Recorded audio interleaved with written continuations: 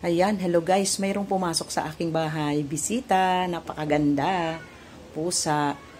Tingnan mo yung buntot niya, gumagalaw-galaw. Yung natuwa lang ako kasi kakaiba yung kanyang muka. Tingnan mo siya. Parang ano siya, hindi siya ordinaryong ano. Yan o. Diba? Yan. Hello. Meow. Tapos yung kulay niya, iba-iba. Tingnan mo, may brown sa paa. May brown sa buntot. Sa tenga. Ayan siya. Bakit na siya? Bakit na sa upuan? Naghahanap siya ng ano. Bukas kasi yung gate ko, kaya may nakapasok na ganito. Hindi to sa akin alaga, guys. Talaga lang siya. Pumasok lang sa bahay ko. Kaya binidyo ko siya. Ayan. Ang ganda ng kanyang mukha. Kakaiba siya na klase ng kulay, no? Kakaiba siya, oh. Tingnan mo, brown. Meow. Meow.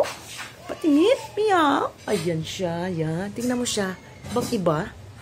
Iba kay para siyang may lahi. Ayan, oh. Uy, nangangati siya. Wala, na-feel niya na. Nakahiga na siya sa floor namin. Ayan siya. Ay, ano yung pusa, yung buntot niya, oh. Ala, ang ganda niya.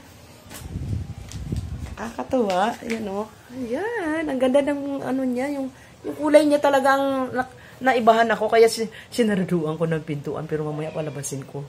Baka hanap. Uy, ang ganda ng mata. Sinarado ko muna para lang may video ko siya. Kasi ang bait niya. Lumalapit siya sa akin. Ayan, oh. Ayan, nag-extend pa siya. Nag-ano-ano pa. Nainitan siguro to sa labas. Ayan siya, oh. Ang haba ng ano niya. Ang ganda ng... Hello, meow, meow. Hello, meow, meow, meow. Yung buntot niya pa, ano, kisay-kisay. Tingnan mo siya.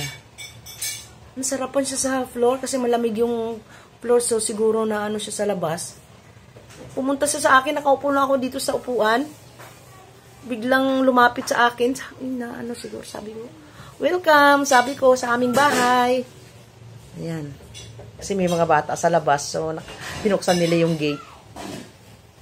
Parang madungis yung mukha, pero hindi naman talaga madungis. Yan talaga yung kulay niya. Brown, parang papunta sa mata. Mula, noo pa, pababa sa ilong. Tapos hanggang sa kanyang, pati yung eyes niya, may kulay na kakaiba. Diba? Malinis siya, hindi siya madungis. Yan talaga yung kulay niya. Yan talaga siya. Tapos yung buntot niya, nang wasiwas yung buntot niya. Nakakatuwa. Ayan, parang nag-enjoy ka na dito sa bahay ko. Muning, gusto mo dito? Dito ka na lang? Ha? Wala akong alaga dito eh. Akin ka na lang? Yan lang baka hanapin ka ng may-ari. So, bubuksan ko ang pintuan para makauwi ka na. Pagkatapos, binidyo kita. Feel na feel mo na ba talaga sa bahay? Ayan, feel na feel mo na. Ang galing mo naman. So, welcome to my house. Hello, welcome to my house.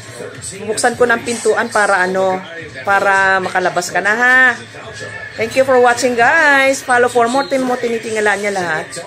Feel na feel niya na parang hindi siya naninibago sa bahay.